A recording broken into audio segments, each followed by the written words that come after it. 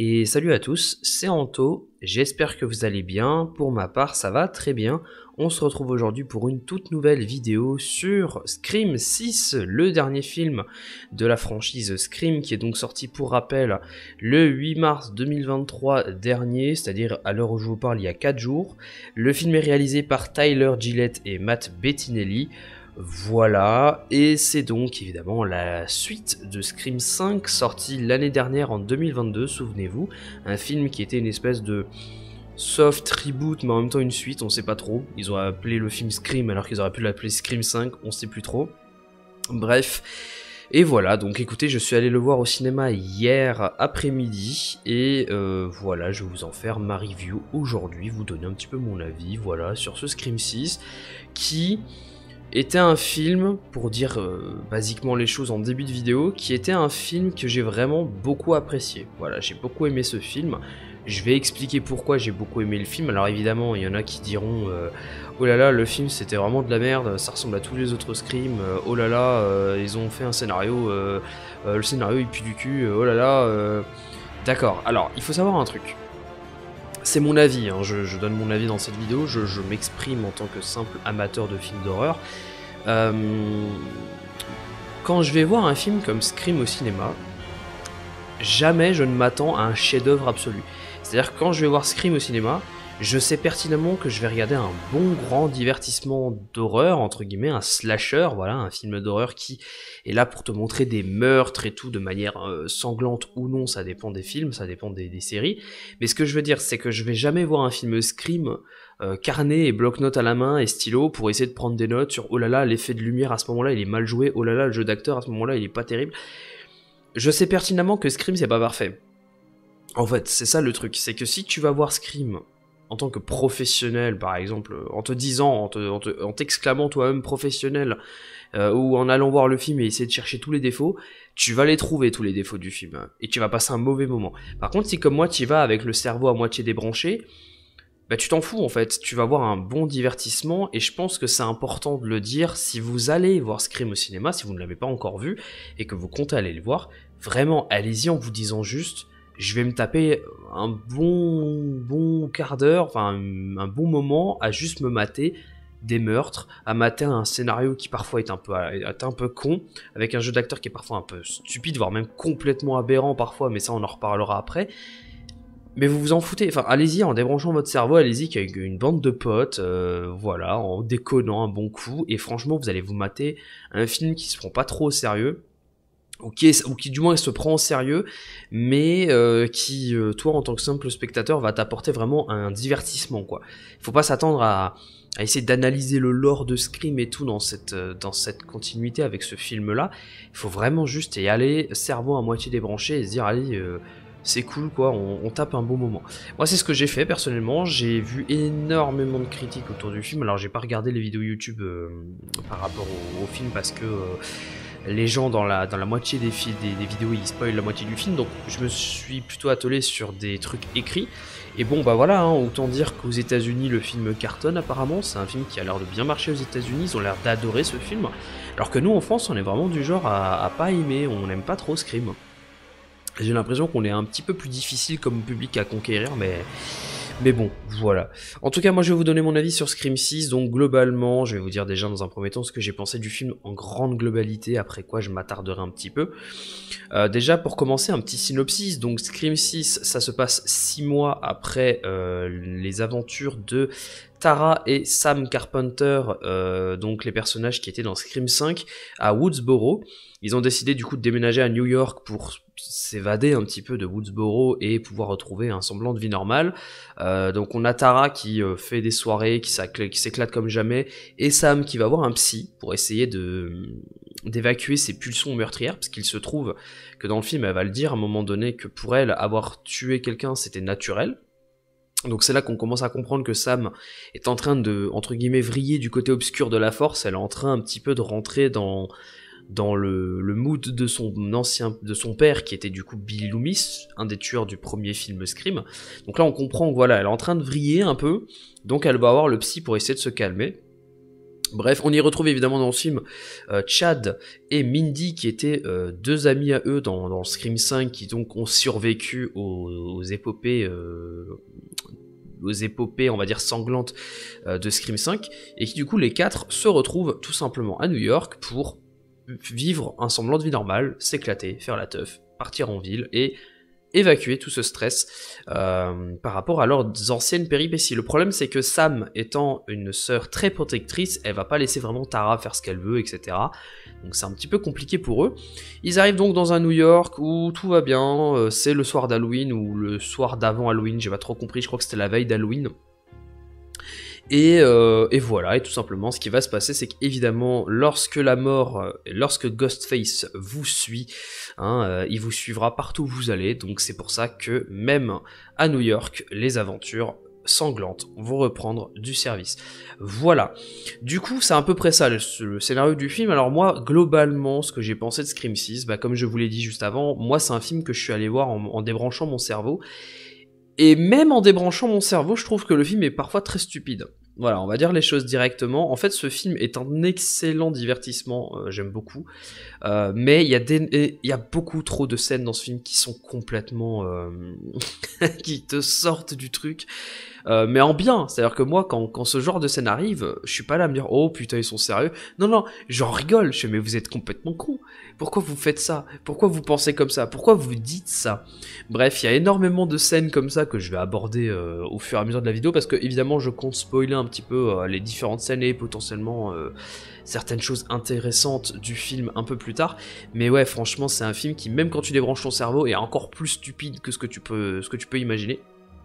Donc, mais c'est bien parce que finalement ce film, je le vois un peu comme un nanar en fait. C'est un peu un nanar à grand spectacle, à grand budget, attention, mais c'est un peu le même délire que Resident Evil Welcome to Raccoon City, c'est-à-dire un film où...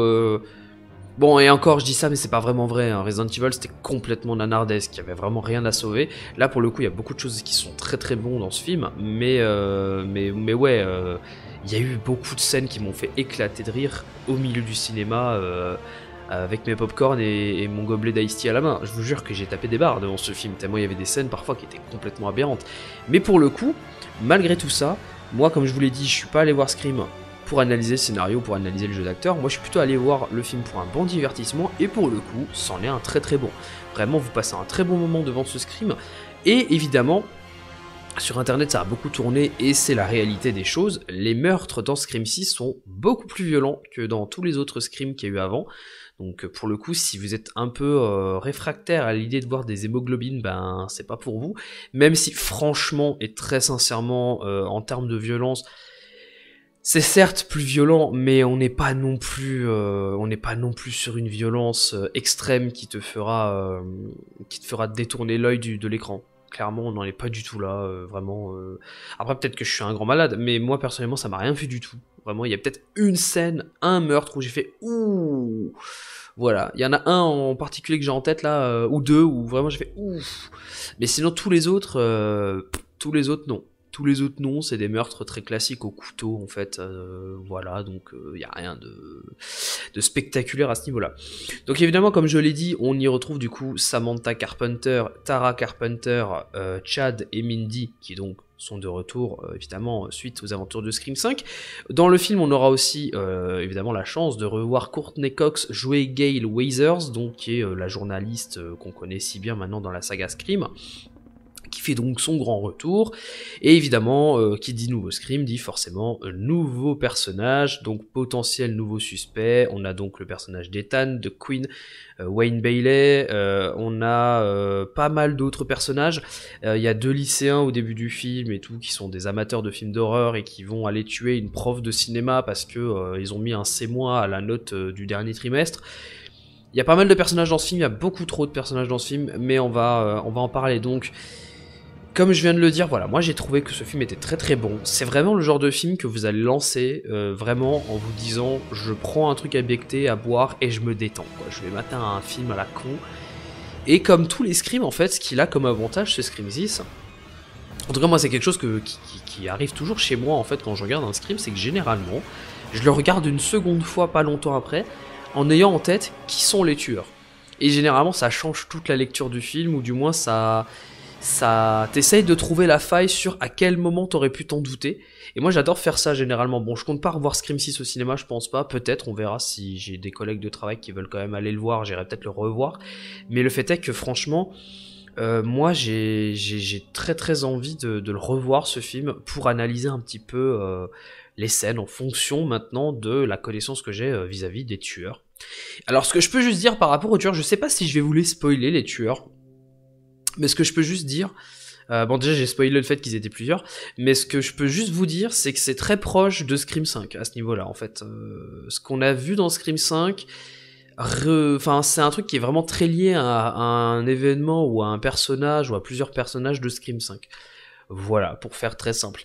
Donc maintenant je vais rentrer un petit peu dans les détails. Donc déjà, bon bah évidemment le cadre new-yorkais c'est vraiment trop cool, parce que vraiment ça permet d'apporter une nouvelle façon de montrer Ghostface. Alors Ghostface intervient toujours de la même manière, hein. On appelle au téléphone, on fait un espèce de jeu de piste bizarre et puis on arrive dans le dos de la victime pour le planter. C'est toujours à peu près la même chose, mais le cadre new-yorkais offre vraiment, je trouve, des situations assez rigolotes. Il y a notamment une scène dans le film où ils vont décider, alors ça par contre c'est complètement con, hein. Les mecs ils ont des tueurs à leur trousse, ils décident quoi? De prendre le métro. Le soir d'Halloween, où t'as la moitié des gens qui ont un masque de Ghostface sur la tête. Bon, ils sont complètement teubés les personnages du film, mais bref, ça amène son lot de petites scènes comme ça dans le métro, où t'as des mecs déguisés en Ghostface qui passent juste à côté d'eux et ils sont en panique totale, ils disent ah c'est lui, eh ben non c'est pas lui. Il y a notamment une scène, je me souviens, que j'ai beaucoup aimé dans le film, où t'as un Ghostface qui reste planté, figé, et qui regarde Sam droit dans les yeux, de loin. Et après, je sais pas, il y a des gens qui passent et d'un coup il disparaît. Donc là, c'est là qu'on se demande si Sam a encore ses hallucinations ou pas à ce moment-là du film. Il y a un Ghostface assis qui regarde devant lui et d'un coup les lumières s'éteignent et quand ça se rallume, il se tourne vers la personne qui regarde, le Ghostface. Il y a énormément de petits jeux comme ça très rigolos. Je trouve que vraiment le fait qu'il y ait des métros, que ce soit une grande ville où il y a du monde de partout, les petites supérettes et tout, il y a notamment une scène dans une supérette qui est vraiment très très cool. Enfin vraiment, c'est vraiment stylé. Le cadre new-yorkais apporte vraiment son lot de scènes un peu plus modernes que dans une petite ville de Woodsboro ou quoi. Franchement, je trouve que c'était très très cool. Ça apporte un plus au film et j'ai beaucoup aimé. Voilà, honnêtement, j'ai beaucoup aimé le fait que ça se passe à New York. Parce que justement, New York, il y a tellement de monde partout que lorsque tu seras en danger avec Ghostface, personne t'entendra crier. En fait, c'est ça qui est marrant. C'est qu'il y a du monde, mais personne t'entendra crier. Parce que t'es au milieu de centaines, de milliers de personnes qui ne vont pas calculer ta tête. Et ça rend vraiment la menace Ghostface encore plus flippante. Parce qu'autant à Woodsboro, il y a du monde, mais tu peux quand même te planquer. Enfin, t'as quand même, enfin, c'est une ville quand même, mais ça reste un cadre assez tranquille.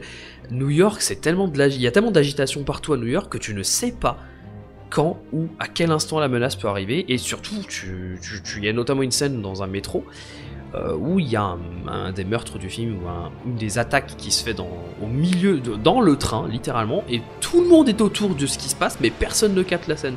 Parce que juste, New York, quoi. New York, ça nique tout, enfin, c'est notamment assez...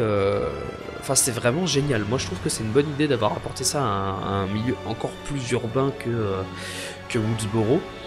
Et évidemment, du coup, comme je l'ai dit avant, les tueurs, ou le tueur sont forcément attachés à l'histoire de Sam et de Tara, notamment parce que il y a eu des événements dans Scream 5 qui se sont passés et qui du coup amènent les péripéties de Scream 6, évidemment.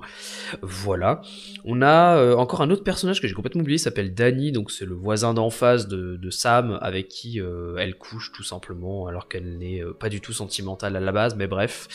Il y a plein de petites scènes comme ça, je vais pas rentrer dans le détail de chaque scène. Par contre, alors ça je vais vous le dire parce que ça c'est quand même incroyable, on va parler du jeu d'acteur. Parce que là les gars, il s'est passé des trucs, il s'est passé des dingueries dans ce film. Des dingueries qui nous ont vraiment, moi et mon frère, fait énormément rire. Il y a enfin, il y a vraiment des trucs. Alors je vais spoiler un petit peu, parce qu'il faut quand même spoiler 2-3 trucs par rapport au film. Spoiler des scènes et tout. Il y a notamment une scène... je spoil, hein, donc attention, j'hésite pas à spoiler là, si vous voulez pas... vous savez quoi, je vais pas trop dire les noms, mais je spoil quand même. Il y a une scène où un des personnages majeurs du film se fait poignarder par 2 Ghostface, il regarde, il regarde nos protagonistes, mais genre en mode normal, il est pas en train d'agoniser, il a juste du sang qui coule de la bouche, il fait allez-y sans moi, mais vraiment genre il lève la main, limite il fait allez ciao, à plus, alors qu'il est en train de se faire poignarder par 2 personnes quoi. Ça c'est vraiment, quand on a vu ça mon frère vraiment, mais on a pété un plomb, on s'est tapé une barre dans le cinéma, on a dit mais c'est quoi cette merde, sans déconner. Il y a des moments où le jeu d'acteur est tellement nul que nous ça nous fait rire quoi. Il y a notamment un délire qui est un petit peu un défaut du film, mais on va y revenir après, c'est que dans ce film, et ça c'est un peu un problème, ils ont décidé de refaire revenir des scènes, littéralement des scènes de Scream 5 dans Scream 6. Il y a littéralement une scène où les personnages sont assis et où Mindy parle en étant debout sur qui pourrait être le potentiel suspect en faisant une espèce d'analyse des films Stab qui sont donc dans la diégèse de Scream. Scream en fait, nous on regarde Scream, et bah eux, leur Scream à eux c'est Stab. Et elle essaye avec Stab d'essayer de comprendre qui pourrait être les tueurs, en disant toi je pense tu peux être le tueur parce que t'es nouveau, qu'on te connaît pas, en plus t'as un mec qui est puceau, que tout le monde en a rien à foutre de ta gueule, enfin toi à mon avis tu peux être le meurtrier, elle ça peut être le meurtrier, lui il est là depuis pas longtemps donc écoute lui c'est potentiellement un tueur, enfin bref, cette scène on l'a vue dans Scream 5, elle m'avait déjà un peu pas ouf, de la revoir dans Scream 6 c'était pas nécessaire. C'était pas nécessaire. Autre chose, à un moment donné, Mindy, elle est blessée parce qu'elle s'est fait attaquer par Ghostface, et elle sort, merde, je me suis trompée. Genre en fait, elle s'en fout de s'être fait poignarder à moitié, mais par contre, de s'être trompée sur l'identité du tueur, ça c'est grave, hein, ça c'est, au secours, c'est terrible. Bref, c'est un peu con, quoi, mais bon... Mais bon, c'est con, mais en même temps, c'est marrant, quoi. Toi, tu regardes ça et tu te tapes une bonne barre, quoi. C'est juste trop bien, c'est juste marrant, en fait, à regarder. On a aussi des personnages d'anciens Scream, comme je l'ai dit avant. Donc, on a évidemment Gail Weathers, qui est présente dans ce film. Il n'y a pas Sidney. Sidney n'est pas dans ce film. Voilà, si jamais vous vouliez voir Sidney, Sidney n'est pas dans ce film. Apparemment, Sidney a décidé de prendre... De ce que Gail dit à un moment donné à Sam... Sidney a décidé de voilà, prendre ses enfants, enfin bref, de prendre sa famille et de s'en aller, voilà, de littéralement vivre sa vie, de enfin s'échapper de tout ça. Donc est-ce qu'on peut potentiellement dire que ça y est, c'est officiel, Sidney ne fait plus partie de Scream, c'est fini, elle a enfin sa rédemption, elle a enfin son happy end, comme ils disent dans le film, on verra, peut-être que dans Scream 7 elle reviendra, on n'en sait rien. Bref, et il y a notamment une scène, alors je vais la spoiler, désolé, si vous êtes fan de Scream, je vais spoiler une scène importante, donc voilà. Il y a notamment une scène où Gail Weathers, donc un personnage de je ne sais plus quel Scream, 2, 3, bref, est chez elle, et évidemment, le tueur vient pour l'attaquer elle, au lieu d'attaquer Tara et Sam. Et évidemment, elle manque vraiment à très peu de se faire tuer. Donc si t'es fan de Scream, déjà que dans Scream 5, ils ont tué, ah putain, son prénom, je l'ai oublié. Le flic là de Scream qui est assez connu, dont j'ai complètement oublié le nom là, je suis désolé, ça va me revenir, mais là je l'ai oublié. Déjà qu'ils l'ont buté et que c'était là, et que toi en tant que fan de Scream, tu fais mais non, faites pas ça. Et là ils étaient vraiment à rien de tuer Gail Weathers, donc ils étaient encore prêts à nous tuer un personnage majeur de la franchise dans ce film. Et en fait c'est un peu un autre problème du film, on va y revenir, c'est qu'en fait elle se prend des coups de chlasse et tout, elle est au sol, elle se prend des coups de chlasse, tu te dis putain ça y est, ils vont la buter, c'est fini, il y a plus de Courtney Cox, il y a plus de Gail Weathers, il y a plus rien. Et en fait, malgré qu'elle soit au sol et qu'elle s'est pris je ne sais combien de coups de couteau, et qu'elle fait même un message en disant dis à Sidney que je l'ai eu ou je sais pas quoi, et là tu sens qu'elle est en train de mourir. T'as les ambulanciers qui arrivent et qui disent son pouls est faible, donc elle est pas encore morte mais elle est faible, donc déjà bon. Et ça c'est un défaut du film pour moi, les attaques de Ghostface dans ce film, aussi sanglantes soient-elles, ne sont jamais définitives. En fait ce qui est un peu dommage, parce que en fait quand t'as une scène qui est vraiment très violente, où tu vois littéralement le mec se faire planter dans l'œil ou quoi, dans la gorge ou quoi, c'est ok, tu sais qu'il est mort, mais quand c'est les personnages majeurs et principaux du film, tu sais jamais s'ils vont vraiment crever ou pas, parce que le mec il se contente de mettre des coups de couteau dans le ventre, et après au bout de quelques coups de couteau il se barre. Il se barre, ou alors il se fait intercepter par un autre personnage qui du coup fait en sorte qu'il arrête d'attaquer, machin. Donc du coup, est-ce que Gail Weathers est vraiment mort? On sait pas trop, on sait juste son pouls était faible. On sait pas, moi je pense qu'elle est quand même dead. Je pense qu'ils vont quand même la tuer. Enfin, ce serait intelligent de la tuer. Je pense que Scream arrive aussi à un niveau de sa franchise où voilà, les anciens personnages, à part revenir pour revenir et montrer qu'ils sont toujours dans la diégèse du film, servent plus à grand chose quoi. Alors dans Scream 5 ils ont été un peu utiles, mais je veux dire, techniquement, Sidney, Gale et le flic dont j'ai oublié le nom, c'est bon, on les a vus, c'est bon, leur temps est fait si tu veux, leur temps est révolu, donc je pense qu'il était intelligent de tuer Gale Weathers dans ce film. Et aussi du fait que Sidney parte, on se dise bon bah voilà, ils ont trouvé le stratagème pour évacuer les anciens personnages, pour laisser place à entre guillemets la nouvelle génération. Mais malheureusement on sait pas trop du coup, parce que elle est morte, elle est pas morte, on sait pas trop. Pareil, Chad se prend, comme je l'ai dit, parce que c'est lui hein, le mec qui est un jeu d'acteur pittoresque en se faisant prendre des coups de chlasse. Il se prend il y a deux Ghostface qui le plantent, ils mettent chacun je pense une trentaine de coups de couteau. Il fait juste salut mon pote. Et à la fin du film, il est là sur un brancard, il parle, et tout va bien. N'importe quoi. Pareil, Mindy, quelques heures avant, elle était au milieu du train, elle était dans le train, plantée. Le gars, il lui a pas juste planté, il l'a planté, et après il a levé le couteau vers le haut de la cage thoracique. Enfin, le mec, il a été Enfin, franchement, tu me fais ça à moi, je suis mort. Hein. Je pense clairement pas que je survis à ça. Et donc elle se prend ça, elle était au milieu du train à je ne sais quelle heure, en train de pisser du sang. Et à la fin du film, elle arrive en courant, j'ai bien dit en courant, avec la blessure toujours là. Hein. Ah les amis, oh non, je sais qui sont les dieux. Mais wesh, tu t'es pris je ne sais combien de coups de chlasse, comment tu cours qu'en fait? C'est quoi ce délire? Et il y a surtout un autre personnage du film qui fait son comeback aussi, qui est un ancien personnage de Scream, qui est donc Kirby. Kirby fait son comeback. Alors je vous rassure, elle ne ressemble absolument pas à une boule rose et elle gobe certainement pas les personnages du film. Mais bref, elle rentre dans ce film, elle revient donc dans ce film en tant qu'inspectrice du FBI, machin. Enfin bref, elle a beaucoup souffert des attaques de Ghostface du passé. Et du coup, elle décide de revenir pour aider nos personnages principaux à du coup, prendre l'enquête et essayer de comprendre qui est Ghostface à New York. Voilà, et pareil, elle, à la fin du film, elle se prend des balles de pistolet elle se fait tirer dessus, elle se prend des coups de couteau dans la jambe, elle se prend des coups de couteau partout, et la nana, à la fin du film, elle revient comme si tout allait bien. Non, franchement, faut arrêter. Ça, c'est un peu ridicule. Je veux dire, t'as beau débrancher ton cerveau, c'est le genre de truc qui te fait dire, non mais ils sont sérieux, quoi, n'importe quoi. Mais n'empêche, voilà, ça reste un bon divertissement. Et ce que j'ai beaucoup aimé, alors je vais spoiler une scène importante du film qui est vers la fin, qui est donc la fin du film. Je vais pas spoiler l'identité des méchants, mais en fait c'est tout. Alors pour faire simple, les différents Ghostface, évidemment que c'était sûr que les différents Ghostface sont liés à Tara et Sam. Hein, ils ne les suivent pas que elle pour rien. C'est pas genre le meurtrier va absolument les buter elle. C'est forcément quelqu'un qui tourne autour d'eux, qui gravite autour d'eux.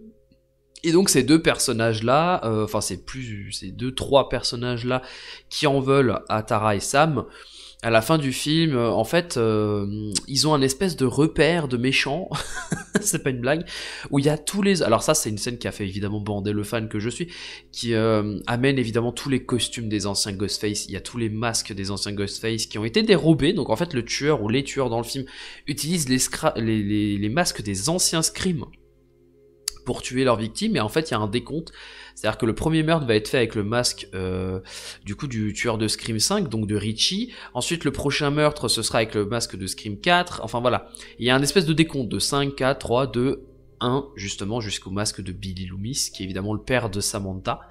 Donc il y a tout un délire et tout, il y a tout un repère de méchants avec des pièces à conviction partout, il y a les anciens couteaux des anciens tueurs, il y a toutes les tenues de leurs victimes, il y a tous les masques, toutes les affiches, il y a tout, c'est littéralement un truc, une base de méchants presque, qui est en fait un vieux cinéma abandonné, qui sont du coup une série de pièces à conviction utiles pour les différentes enquêtes, qui du coup, bon, bah, maintenant n'est plus, puisque tous les personnages et tous les Ghostface sont morts ou arrêtés.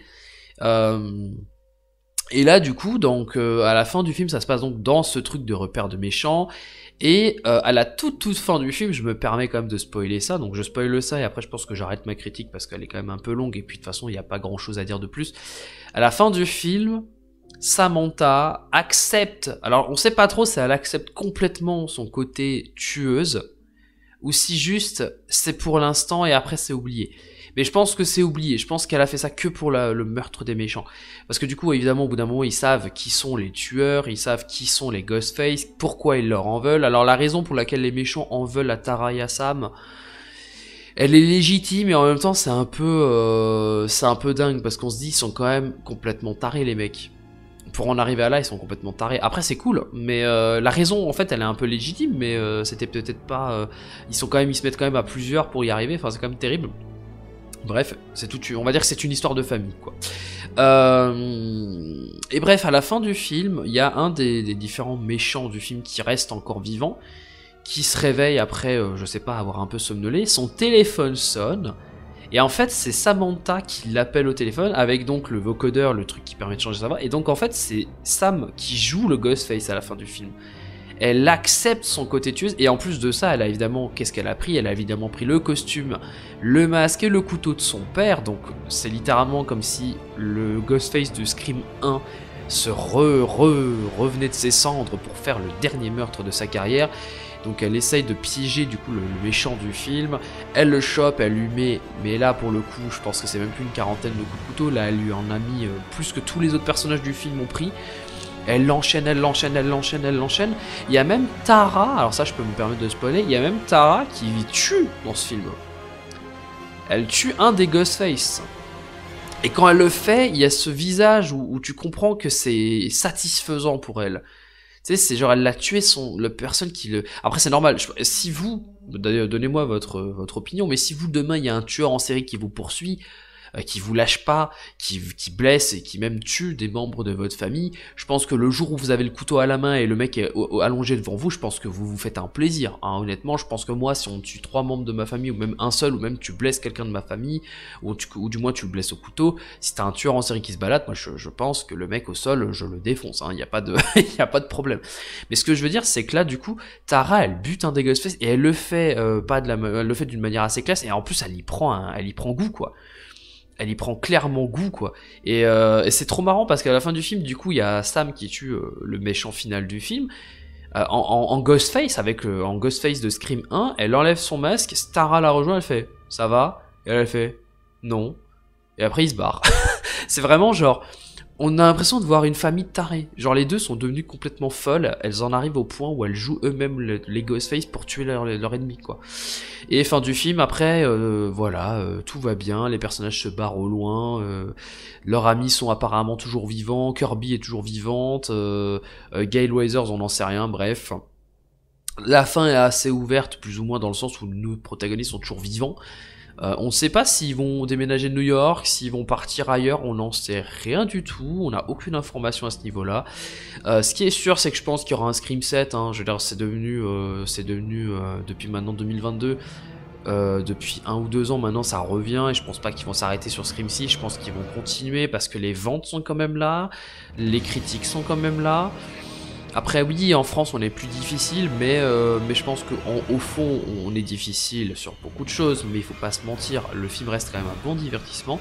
C'est le genre de film vraiment, comme je l'ai dit avant, hein, vous invitez des potes à la maison, vous prenez pizza, bière comme des énormes beaufs et vous matez Scream 6 entre potes, c'est trop marrant, vous allez vous taper une barre. C'est sûr que si tu vas en étant, je sais pas moi, un Durandal ou n'importe quel autre youtubeur ciné où tu vas vraiment analyser plan par plan comment ça se passe, si la lumière est bonne, si tout est ok, oui bah c'est sûr que tu vas y retrouver tous les défauts du film. Après il y a notamment un truc qui m'a aussi un peu déçu dans ce film, je me permets, c'est l'aspect spectaculaire de Ghostface. Ghostface dans ce film, alors c'est certes...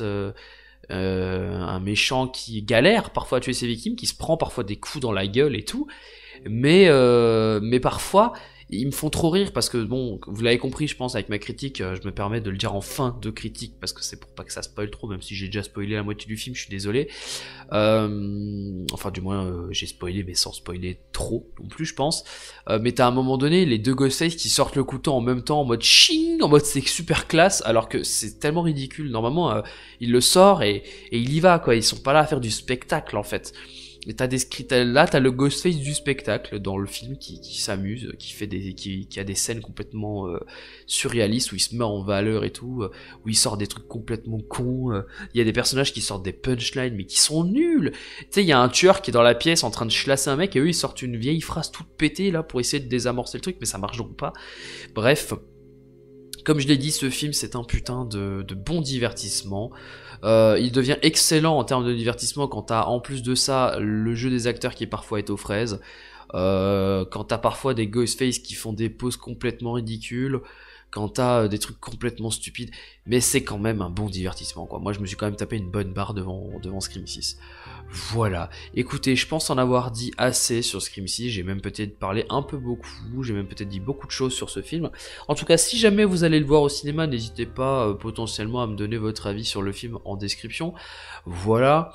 Quant à moi, bah écoutez, je vous retrouve très prochainement pour de futures vidéos. Ciao tout le monde.